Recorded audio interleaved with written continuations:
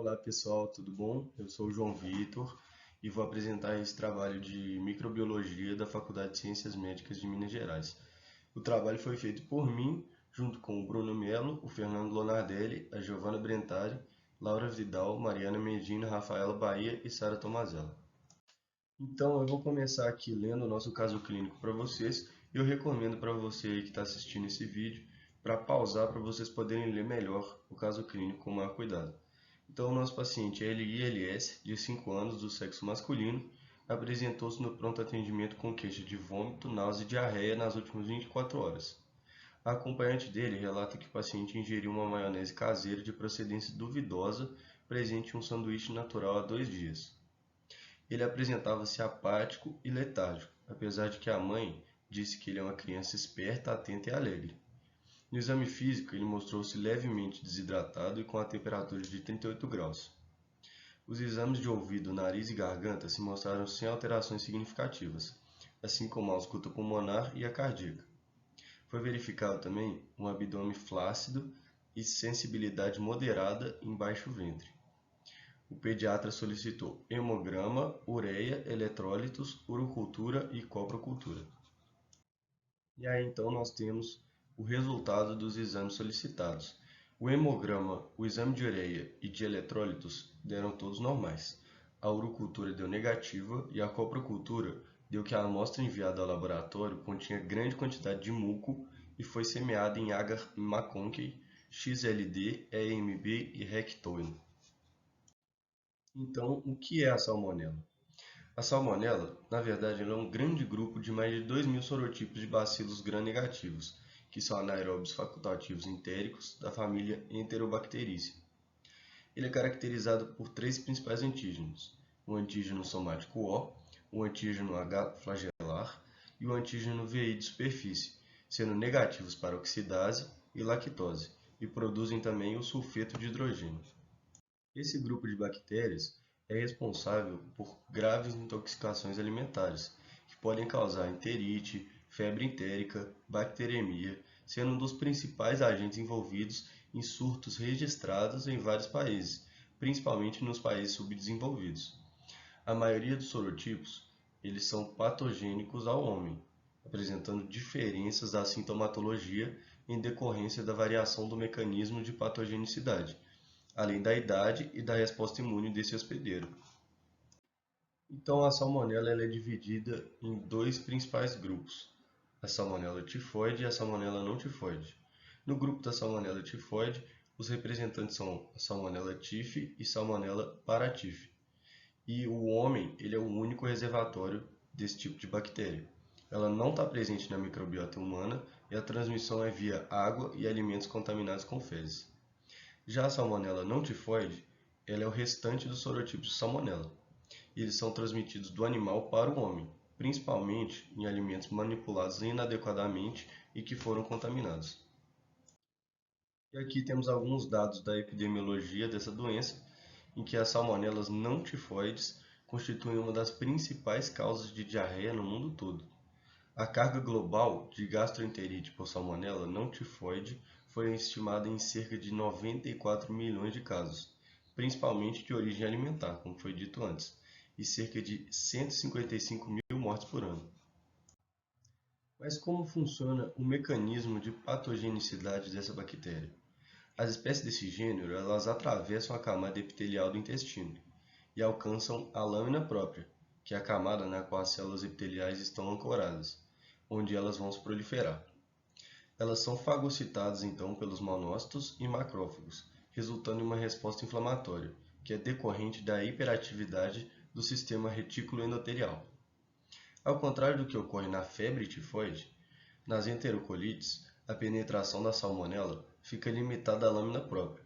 Nesses casos, raramente se observa septicemia ou infecção sistêmica, ficando a infecção principalmente na mucosa intestinal.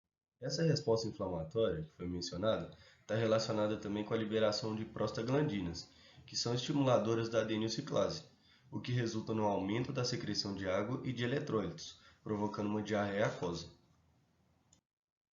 As formas de transmissão a gente já abordou um pouco, mas vamos ver aqui com mais detalhe. Ela é principalmente por aves, ovos e produtos lácteos crus, como a maionese caseira.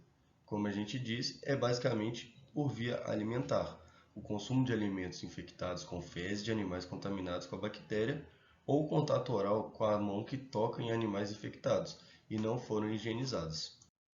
E aí nós temos os principais sintomas da infecção por salmonela, que aí podemos citar diarreia, vômitos, febre moderada, dor abdominal, um mal-estar geral, cansaço, perda de apetite e calafrios.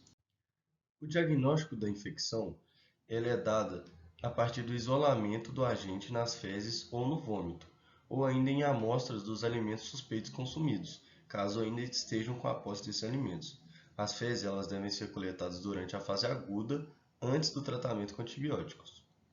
Em pacientes com infecção ativa, do mesmo modo que para crianças ou indivíduos com dificuldade de obtenção de amostras, deve ser priorizada a utilização de swabs retais. Já nos pacientes com suspeita de febre tifoide, a pesquisa de Salmonella typhi nas fezes é indicada a partir da segunda semana da doença, assim como na fase de convalescença e na detecção de portadores. O exame de fezes é fundamental para identificar a bactéria que está causando a gastroenterite, possibilitando que o médico selecione o melhor tratamento e, consequentemente, o melhor antibiótico para eliminar essa bactéria. Agora falando sobre o diagnóstico em meios de cultura. As salmonelas são oxidase negativa e praticamente 99% delas são lactose negativas também, ou seja, ficam branco em placas de agar-Macconkie. Elas produzem sulfeto de hidrogênio, por isso as colônias ficam esverdeadas com uma cor mais clara e com centros pretos nas placas de agar-Rectoen. Ou as colônias também podem aparecer brancas com centros pretos nas placas de agar Salmonella Shigella. Agora vamos falar um pouco sobre o tratamento das infecções pela salmonela. Na salmonelose não tifoide, o tratamento ele geralmente é feito em casa, por meio do repouso ou da ingestão de água em grandes quantidades para manter a hidratação e controlar os sintomas. Já nos casos mais graves, a reposição eletrolítica para fornecer os eletrólitos perdidos pelo vômito e a diarreia e a reidratação são indicados. O tratamento com antibióticos não é recomendado para casos leves ou moderados, em indivíduos saudáveis, Grupos de risco à saúde, como bebês, idosos e pacientes imunocomprometidos, podem precisar de receber antibióticos sim. Então, nesse slide, colocamos alguns pontos que achamos importante de mencionar sobre a salmonela. Primeiro, devido ao aumento global da resistência antimicrobiana, as diretrizes de tratamento devem ser revisadas regularmente, levando em conta o padrão de resistência das bactérias com base no sistema de vigilância local. A duração do tratamento depende dos órgãos atingidos, da idade e da condição de saúde dos pacientes, além da ocorrência de outros sintomas, como a dor nas articulações, dificuldade em urinar, inflamação nos olhos e artrite. E aqui nós temos as sugestões para a terapia antimicrobiana das diarreias infecciosas, dando atenção principalmente à infecção por Salmonella spp, em que é indicado o uso de ciprofloxacina, e a infecção por Salmonella typhi, em que é indicado tanto a ciprofloxacina, quanto a ampicilina e quanto o sulfametaxazol trimetoprima. Realmente é uma sopa de letrinha. Então é isso, gente. A nossa apresentação acaba aqui. Gostaria de agradecer em nome do grupo pela atenção e é isso. E aqui, para finalizar, nós temos as referências utilizadas, tanto na confecção desse PowerPoint, quanto na confecção do vídeo. É isso aí. Obrigado mais uma vez.